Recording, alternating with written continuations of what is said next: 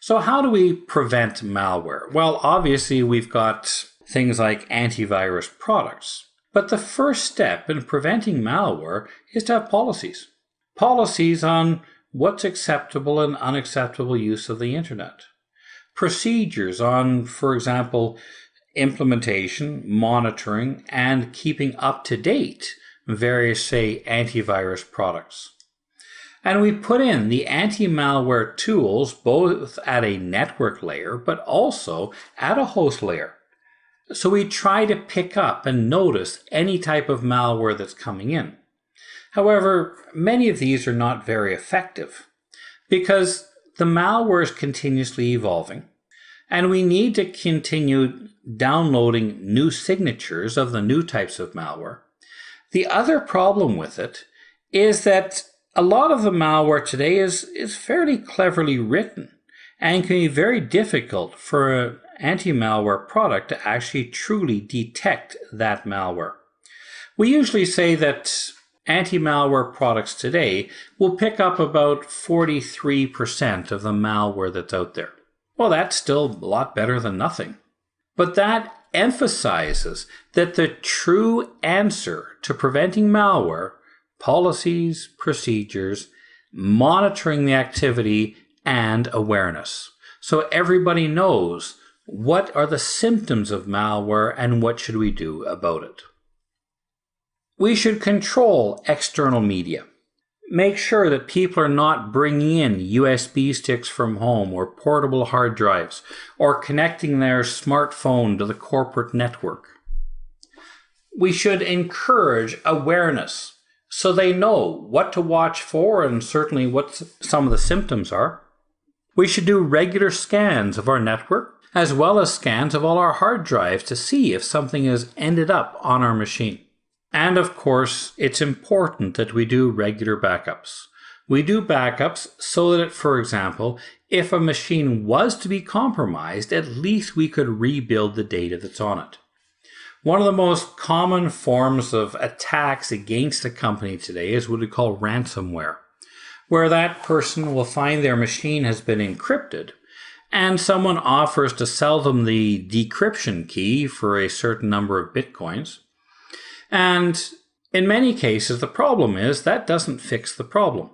Maybe the attacker doesn't even give the encryption key, even if we do pay. And a number of organizations that have paid have immediately been then re-encrypted again because the underlying infection is still there. So we need to do regular backups so that if a machine is compromised, at least we can rebuild it. And we should watch for suspicious levels of activity. Why is our machine busy right now when I'm not doing anything? These activity monitors could indicate a machine that is then infected with some type of malware. Another thing we do is put in integrity checkers. An integrity checker will take a record of all of the executables and files on our system and notice if any of those have changed. If the file integrity or executable integrity has changed, it'll alert us to the fact that we've had a change that could quite possibly be an unauthorized change executed by an attacker or some form of malware. Another area that as auditors we have to be aware of is the convergence of voice and data. For many of our organizations, we had two separate networks. We had a network which was just used for data communications and a separate network used for voice. But today we're moving more and more towards internet telephony. We're moving to the idea of sending our voice across packet-switched data networks, which is fine. It's inevitable that most of us will be moving there within the next few years. A lot of the actual telephone backbones themselves are already based on voice over IP.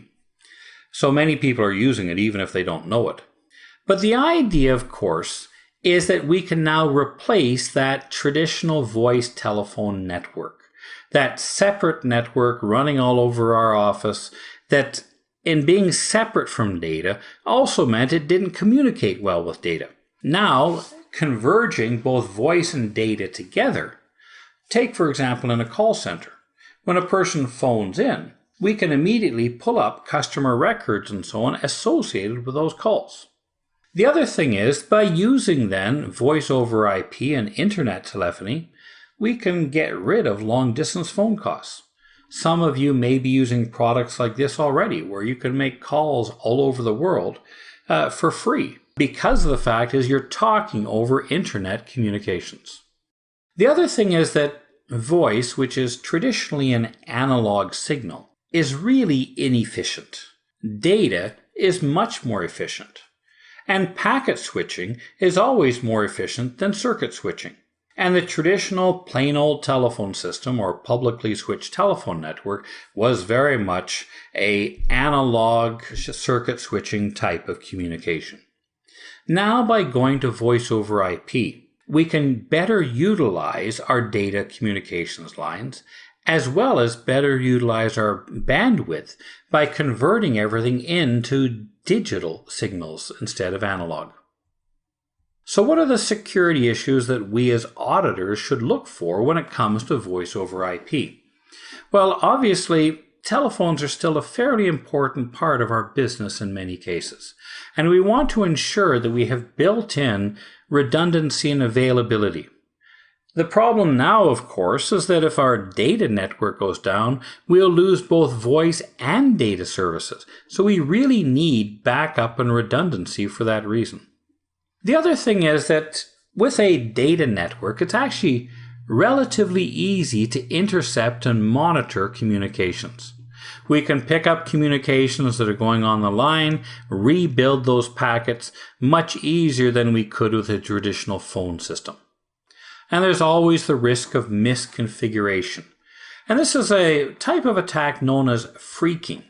And with phreaking, what we actually have then is that people then break into a company's phone systems so they can make free phone calls around the world and so on, and quite often rack up very significant phone bills as a result. Back when we still had a traditional voice lines, most organizations had PBXs, a private branch exchange, which is quite simply an in-house telephone switch. Really the same as the switches we use today in network communications. And some of the risks associated with having a PBX, again, was usually related to misconfiguration or a person breaking into that PBX to be able to steal then free phone calls, free voicemail, and so on. And we called these people phreakers. They were people that specialized in hacking phone systems. The other, of course, risk was denial of service, plugging the phone lines of a company so that legitimate customers couldn't get in. One of the things that we should always watch is monitor the traffic. Monitoring, of course, who is talking to whom, whether or not this seems to be legitimate. But the problem, of course, is that hackers could sometimes do that as well. There was always the risk of unauthorized access to various services that were offered, and a risk that led to very expensive thefts for many companies was the ability of somebody to phone into the PBX of a company, dial a code that gave them then local dial tone, and then make calls from that point. And quite often these were calls to pay numbers to remote parts of the world where then the cost of those calls was significant. So how do we protect? Well, obviously, as always, remove and disable the default passwords that are built into our PBXs. Make sure the PBX itself is in a secure room so people can't get physical access to it and make changes. And certainly, have restrictions on who has administrator level access. Have restrictions on who is able then to make local configuration changes, or do those changes all have to be done back at a central point.